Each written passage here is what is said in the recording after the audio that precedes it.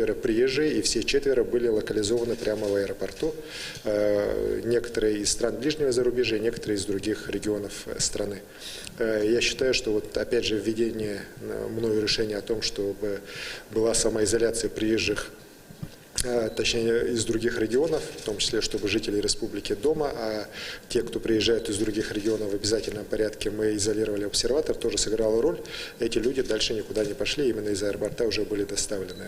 Сейчас Роспотребнадзор проводит работу по забору анализов и их проверке у тех, кто летел этими рейсами. Недалеко от этих людей, в принципе, пока, еще раз говорю, пока все отрицательно.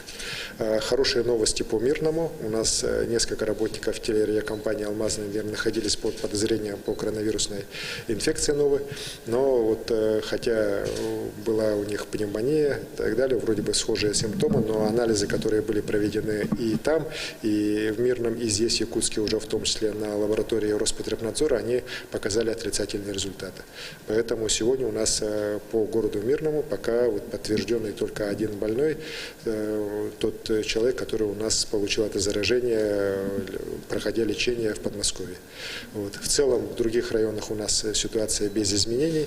Вот. Мы будем дальше рассматривать разные вопросы по Чаендинскому месторождению, где ситуация последние дни тоже напряжена. Вот. Но ситуация опять же локализована, введен режим карантин по Чаендинскому месторождению. Я нахожусь в постоянной связи с руководством «Газпрома», с руководством МЧС, а также с руководством оперативного штаба российского по локализации данного заражения.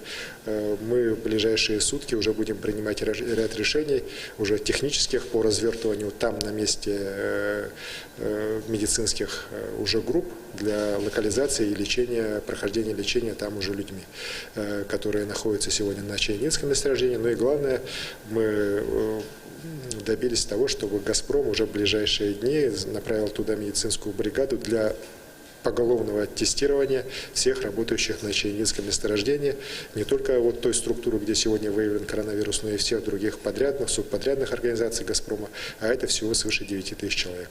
Вот мы уверены, что эта работа будет проведена уже в течение ближайших дней, и после подведения итогов уже реально начнутся шаги по лечению больных, по вывозу здоровых, по дезинфекции помещений, то есть вся та работа, которая уже у нас предписана четко правилами действия в таких ситуациях. Спасибо. Это был брифинг главы Якутии с информацией о COVID-19 в регионе на 14 часов 18 апреля. Не переключайтесь.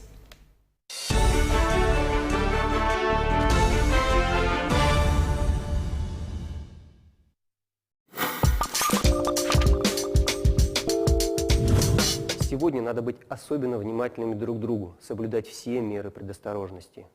И это так или иначе влияет на то, что мы делаем каждый день. Например, расплачиваемся за покупки. Банкноты – это по большому счету бумага, которая может сохранять